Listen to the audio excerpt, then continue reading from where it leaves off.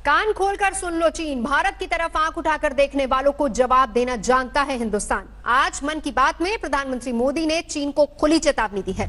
प्रधानमंत्री मोदी ने कहा कि लद्दाख में भारत की भूमिका पर आंख उठाकर देखने वालों को करारा जवाब मिलता है। भारत मित्रता निभाना जानता है तो आंख में आंख डालकर देखना और उचित जवाब देना भी जानता है। हमारे वीर सैनिकों ने दिखा दिया है कि वो कभी भी मां भारती के गौरव पर आंच नहीं आने देंगे। लद्दाख में भारत की भूमि पर आंख उठाकर देखने वालों को करारा जवाब मिला है। भारत मित्रता निभाना जानता है तो आंख में आंख डालकर देखना और उचित जवाब देना भी जानता है। हमारे वीर सैनिकों ने दिखा दिया है कि वो कभी भी मां भारती के गौरव पर आंच नहीं आने देंगे।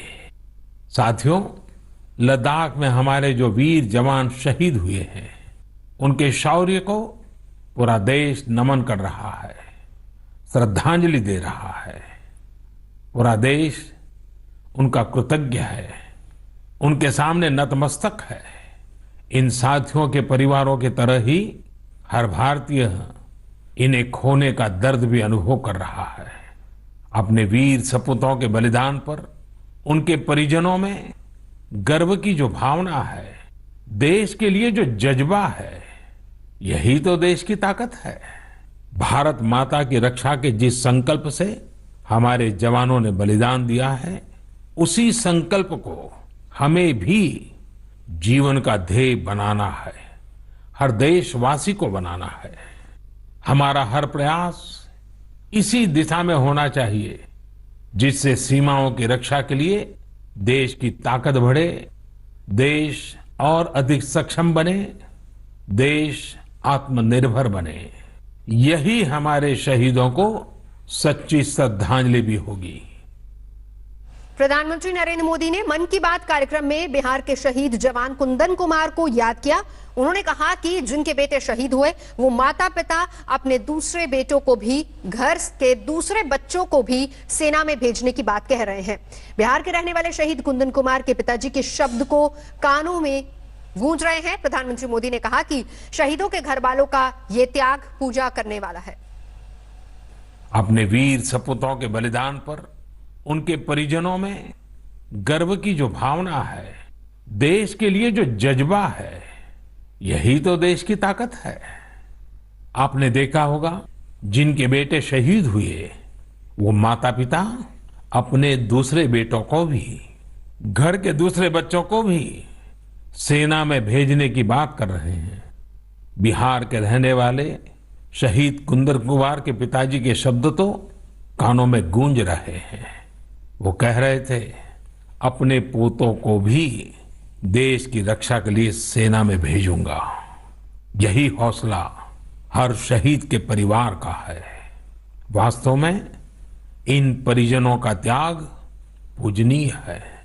भारत माता की रक्षा के जिस संकल्प से हमारे जवानों ने बलिदान दिया है, उसी संकल्प को हमें भी जीवन का ध्येय बनाना है, हर देशवासी को बनाना है।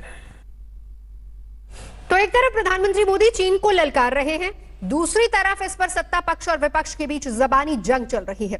इस मुद्दे पर लगातार सरकार को घेर रहे राहुल गांधी ने आज ट्वीट करके फिर से निशाना साधा। राहुल ने ट्वीट किया, कब होगी राष्ट्र रक्षा और सुरक्षा की बात। राहुल गांधी इस मुद्दे पर प्रधानमंत्री मोदी पर सरेंडर करने का आरोप भी लगा चुके हैं और इस पर गृह मंत्री अमित शाह ने पलटवार किया।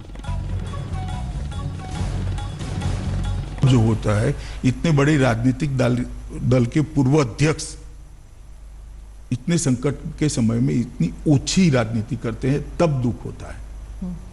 इससे कोई फर्क नहीं पड़ता। वो उनके लिए आत्मचिंतन का विषय है। इनके हैशटैग को पाकिस्तान और चीन आगे बढ़ा रहा है, मेरे लिए नहीं है। कांग्रेस पार्टी के लिए चिंता का विषय है कि इनके नेता के हैशटैग को पाकिस्तान और चीन बढ़ावा दे रहा है। आप ऐसी बात करते हो जो पाकिस्तान और चीन पसंद करता है, और ऐसे संकट के समय में जी पार्लियामेंट होनी है, चर्चा करनी है तो आइए करेंगे। 62 से लेकर आज तक 2-2 हाथ हो जाए, कोई नहीं डरता चर्चा से।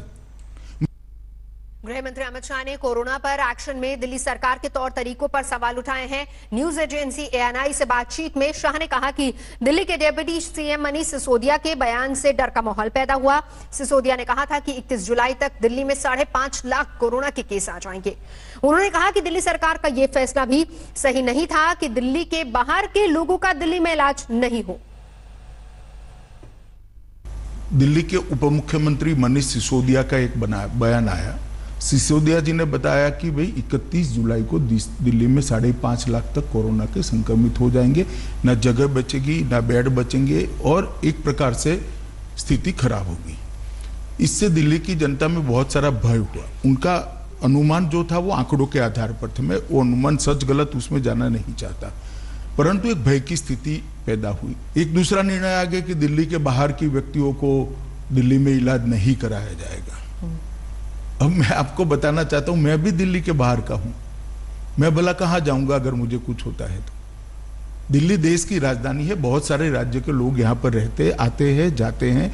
आसपास के राज्यों से, जैसे उत्तराखंड से, उत्तर प्रदेश से, हरियाणा से, राजस्थान से ढेर सारे लोग यहाँ बसते हैं। ऐसा करना संभव नहीं था, तो वो निर्णय को केंद्र सरकार ने बदला और ये तय कर दिया कि हर एक व्यक्ति का इलाज हर एक अस्पताल में होगा। आमतौर पर दिल्ली सरकार की जिम्मेदारी है कोऑर्डिनेशन करने की और व्यवस्थाओं को ठीक करने की, मगर जब मनीष जी का बयान आया तब मुझे लगा कि अब भारत सरकार को प्रेक्षक नहीं बनाना चाहिए। मोदी सरकार की पूरे देश की जवाबदारी, प्रधानमंत्री जी की पूरे देश की जवाबदारी।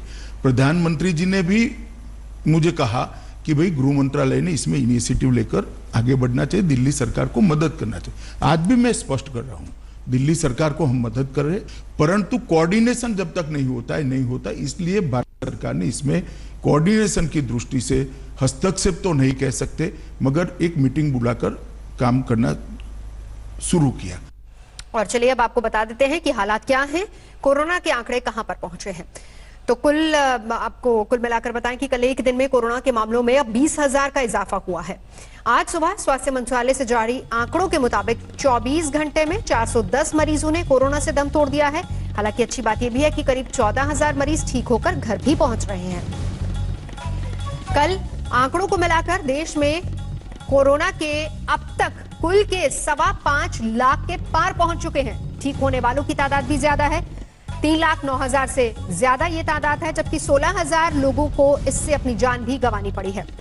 इसी तरीके से दिल्ली की बात कर लेते हैं, वो तस्वीर भी आपको दिखा देते हैं। दिल्ली में कल कोरोना के 2,948 मामले सामने आए और दिल्ली में अब कोरोना के कुल मामले बढ़कर 80,188 हो चुके हैं, जबकि मौत का आंकड़ा 2,500 के पार चला गया है।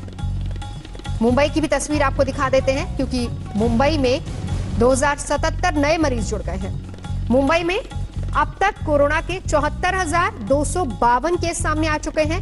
65 लोगों की मौत हो चुकी है कोरोना की वजह से, और कुल मिलाकर संख्या अगर देखी जाए मरने वालों का आंकड़ा 4,284 तक पहुंचा है।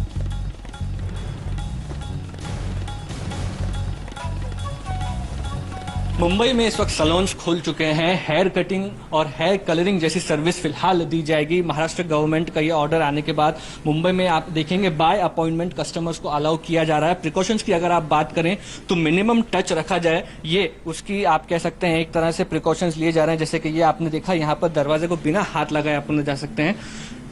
अगर आपको सैनिटाइजर मशीन को टच नहीं करना है तो सेंसर बेस्ड सैनिटाइजर्स यहाँ पर रखे गए हैं। जो आप फीवर के लिए जो मापने के लिए जो गन होती है वो यहाँ पर मौजूद है। साथ ही साथ जो कस्टमर्स की अगर आप बात करें तो कुछ लोग प्रेफर कर सकते हैं कि सीट सैनिटाइजर ना, बट यहाँ पर जो गाउन नॉर्मली दिया जाता था उसके साथ हैंड ग्लव्स, मास्क और शू कवर दिए जा रहे हैं, तो आप सीट्स पर बैठें तो सेफ रहें।